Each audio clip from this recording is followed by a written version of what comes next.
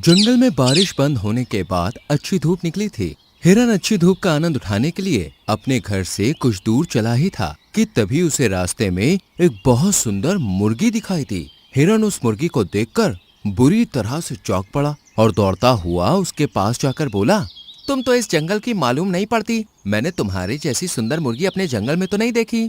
तुमने बिल्कुल सही कहा सुंदर हिरन, मैं इस जंगल की नहीं हूँ, मैं बहुत दूर से आई हूँ। बहुत दूर से आई हो? मैं कुछ समझा नहीं। मेरा जंगल दूसरे देश में है। मैं एक बहुत ही खास समुदाय से ताल्लुक रखने वाली मुर्गी हूँ। तो क्या इस बात को हमारे जंगल का राजा शेर जानता है? मुर्गी हंसते हुए हिरन की ओर देखकर बोली, मैं जिस समुदाय से ताल्लुक रखती हूँ वो बहुत ही प्राचीन और खास समुदाय है। हमारे समुदाय की मुर्गियाँ किसी भी जंगल के बगैर, राजा की इजाजत के बगैर रुक सकती हैं और कोई हमें अपने जंगल में रुकने के लिए क्यों रोकेगा। हम किसी को नुकसान नहीं पहुँचाती। इतना बोलकर मुर्गी आगे बढ़ गई, मगर वो नहीं जानती थी कि उसकी इस बात को ब्लैक बर्ड बहुत ही गौर से सुन रही थी। ब्लैक बर्ड उस मुर्गी को बहुत ही गौर से देखते हुए बोली, ये तो प्राचीन समुदाय से ताल्लुक रखने वाली मुर्गी है। मैंने सुना है कि साल में 3 दिन ये अपनी जुबान से जो भी बोलती हैं वो सच हो जाता है और ये समय तब शुरू होता है जब बारिश का महीना खत्म होने वाला होता है। मुझे इस बात का फायदा उठाना चाहिए। इतना बोलकर ब्लैक बर्ड सीधी उड़ती हुई उस मुर्गी के पास जाकर बोली, क्या तुम मुझसे दोस्ती करोगी? हाँ, मुझे दोस्ती करना अच्छा लगता है, लेकिन क्या तुम मुझे जानती हो?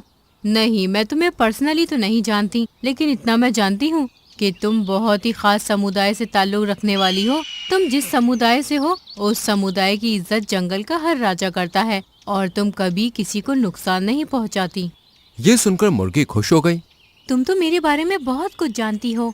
मैं भी तुम्हारे साथ साथ आगे आगे चलती हूँ।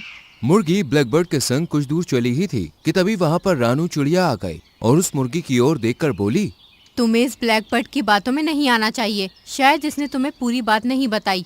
ये मेरी दोस्त है, इसने मुझे बताया कि मैं कितनी शक्तिशाली हूँ। मेरे रास्ते से हट जाओ, नहीं तो मैं अपनी जुबान से तुम्हारे खिलाफ उल्टे सीधे शब्द निकाल दूंगी। फिर मत कहना कि ये क्या हुआ। फिर रानू चिड़िया मौके की नजाकत देखकर वहाँ से चली गई। ब्लैकबर्ड मुर्गी के साथ आधे दिन तक घूमती रही। दोपहर के समय ब्लैकबर्ड मुर्गी से बोली, मेरा आम खाने का बहुत मन कर रहा है। अब इसमें तो मैं तुम्हारी कोई मदद नहीं कर सकती। आम तो पेड़ की डाली पर लटके हैं और मैं इतना ऊंचा नहीं उड़ सकती। शायद तुम नहीं जानती, अगर तुम अपनी जुबान से कहोगी कि आम का गुच्छा नीचे गिर जाए तो गिर जाएगा। क्या मतलब? ऐसे कैसे हो सकता है? ऐसा मुमकिन नहीं। शायद तुम्हें अपनी शक्ति का ज्ञान ही नहीं है। अगर तुम्हें विश्वास नहीं होता तो ऐसा करके देख लो। मुर्गी ने ठीक वैसा ही किया। अगले पल आम का गुच्छा जमीन पर गिर पड़ा। ये देखकर मुर्गी विश्वास भरी नजरों से आम के गिरे हुए गुच्छे को देखने लगी।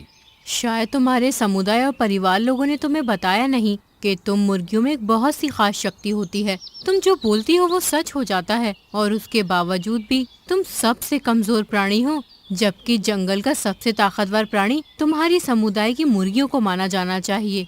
तभी वहाँ पर उछाल मारता हुआ बंदर आ गया और क्रोधित नजरों से उस मुर्गी की ओर देखकर बोला, तुम्हारी हिम्मत कैसे हुई इस आम के गुच्छे को तोड़ने की? क्या तुम्हें पता नहीं कि इस पेड़ पर मेरा अधिकार है और तुम तो इस जंगल की भी नहीं लगती। ये सुनकर मुर्गी को पता नहीं क्यों गुस्सा आ गया। क्या तुम यहाँ के राजा हो क्या? अरे इस पेड़ पर यहाँ के सभी पक्षी और जानवरों का अधिकार है। तुम कैसे कह सकते हो कि इस पेड़ पर सिर्फ तुम्हारा ही अधिकार है? क्या इस पर लगे हुए आम सिर्फ तुम ही खाओगी? हाँ, मैं ही खाऊंगा और मुझसे ज्यादा उलझने की जरूरत नहीं है। तुम शायद मुझे जानती नहीं हो। मैं अपने से कमजोर प्राणियों को बहुत जल्दी अपना पंजा मारकर घायल कर देता हूँ और तुम तो वैसे भी मेरे जंगल की हो ही नहीं। बंदर की बात सुनकर मुर्गी गुस्से से जाने ही वाली थी कि तभी ब्लैकबर्ड मुर्गी से बोली, तुम इसे सबक क्यों नहीं सिखाती हो? मैं भला सबक कैसे सिखा सकती हूँ? भूलो मत, कुछ देर पहले तुमने अपने शब्दों के द्वारा ही आम के गुच्छे को तोड़ दिया था। तब इस बंदर की इतनी हिम्मत थी, ये तुमसे इतनी बदतमीजी से बात कर रहा है और तुम उससे कुछ कह ही नहीं रही। ब्लैकबर्ड की बात सुनकर मुर्गी उसकी बातों में आ गई और बंदर की ओर देखकर बोली, बंदर तुम बहुत बदतमीज हो। अगर तुम्हारी इसी वक्त टांग टूट जाती तो कितना अच्छा होता। मुर्गी ने शब्द बोले थे कि तभी बंदर बुरी तरह से करहाने लगा और जमीन पर गिर गया। ये देखकर मुर्गी को अपनी आंखों पर विश्वास नहीं हुआ। तुम मेरे साथ चलो, मैं तुम्हें बताऊंगी आगे आगे क्या करना है। और वो बंदर घायल अवस्था में सीधे जंगल के राजा शेर के पास चला गया और सारी घटना शेर को बताते हुए बोला, महाराज, वो मुर्गी आपके राज्य के लिए बहुत ही ज्यादा घातक है। अगर उसने आपके खिलाफ कुछ भी बोल दिया तो वो सच हो जाएगा। उसका कुछ कीजिए। जंगल का राजा शेर बंदर की बात सुनकर गहरी सोच में डूबते हुए बोला, शायद तुम सही कहते हो, मुझे जाकर उस मुर्गी से बात करनी चाहिए। इतना बोलकर जंगल का राजा शेर सीधे दौड़ते हुए उसी मुर्गी के पास पहुंच गया। ब्लैक बर्ड ने जैसे ही शेर को देखा वो तुरंत ही मुर्गी से बोली, जंगल का राजा शेर तुम्हें जान से मारने के लिए आ रहा है। अगर तुमने कुछ नहीं किया तो तुम तो मारी जाओगी। ये सुनकर मुर्गी बुरी तरह से घबरा गई और उसने तुरंत ही जंगल के राजा शेर की तरफ देखकर कहा, अगर तुमने एक कदम भी आगे बढ़ाया तो तुम्हारी टांग टूट जाएगी। मगर शेर जब तक आगे बढ़ा चुका था अपनी टांगे, अचानक से वो लड़खड़ाता हुआ गिर गया और दर्द के मारे करहाने लगा। उसे देखकर जंगल में अफरा तफरी मच गई। उस दृश्य को हिरन भी देख रहा था। वो डर की वजह से वहाँ से भागने लगा। वहीं दूसरी ओर रानू चिड़िया मीनू मौसी के साथ अच्छे मौसम का लुत्फ उठा रही थी। तभी एक हिरन घबराया हुआ वहाँ आकर बुरी तरह से हांफने लगा। रानू चिड़िया तुरंत ही हिरन से बोली, क्या हुआ हिरन, तुम इतने घबराए हुए क्यों हो? आज तो जंगल में अच्छी धूप भी निकली है और हवा भी अच्छी चल रही है। जो बात मैं बताने वाला हूँ उसे सुनकर तुम भी घबरा जाओगी रानू। ऐसी कौन सी बात है? तुम्हें पता है हमारे जंगल के राजा शेर की टांग टूट गई है और वो दर्द से बुरी तरह से करहा रहा है। ये सुनकर मीनू मौसी बुरी तरह से चौंक पड़ी। जंगल के राजा शेर की टांग आखिर किसने तोड़ी? एक मुर्गी ने। क्या बकवास कर रहे हो तुम? मुर्गी और शेर का क्या मुकाबला?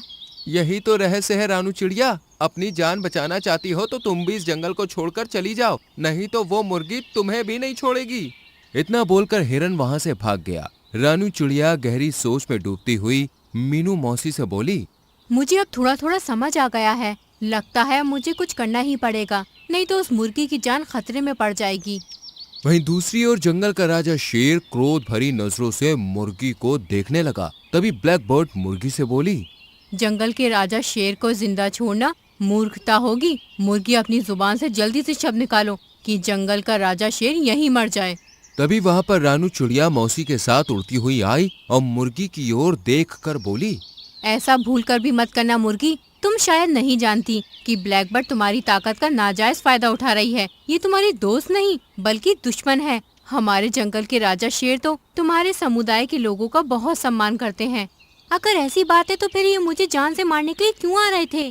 शेर कराहता हुआ मुर्गी से बोला, मैं तुम्हें जान से मारने के लिए नहीं आ रहा था खास समुदाय की मुर्गी, बल्कि तुमसे ये पूछने आ रहा था कि आखिर बंदर ने ऐसी क्या गलती कर दी कि तुमने उसकी टांग तोड़ दी।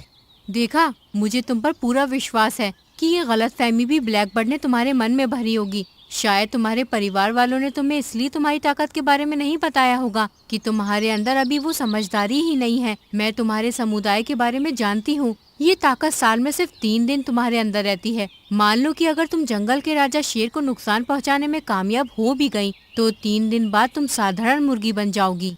ये सुनकर मुर्गी को पछतावा होने लगा। वो जंगल के राजा शेर की ओर देखते हुए बोली, मुझे क्षमा कर दीजिए शेर राजा। मैं चाहती हूँ कि जंगल के राजा पहले जैसे ही सही हो जाएं और बंदर की टांग भी सही हो जाए। अगले ही पल जंगल का राजा बिल्कुल सही हो गया और क्रोधित अवस्था में ब्लैक बर्ड की ओर देख के बोला, तुम्हें तो अब मैं कारागार में ही डालूंगा। ब्लैक बर्ड, तुमने अब सारी हदें पार कर दी है। जंगल के राजा ने ब्लैक बर्ड को गिरफ्तार करके जेल में डलवा दिया और इस तरह रानू चिड़िया फिर से सबकी हीरो बन गई। तो दोस्तों, कैसी लगी आपको हमारी ये कहानी? अगर कहानी अच्छी लगी हो तो वीडियो को लाइक कीजिएगा, चैनल को सब्सक्राइब कीजिएगा और हाँ, कहानी अपने दोस्तों के साथ शेयर करना तो बिल्कुल मत भूलिएगा। मैं आपको मिलूंगी अगले वीडियो में किसी नई कहानी, नई सीख के साथ। तब तक के लिए बाय बाय।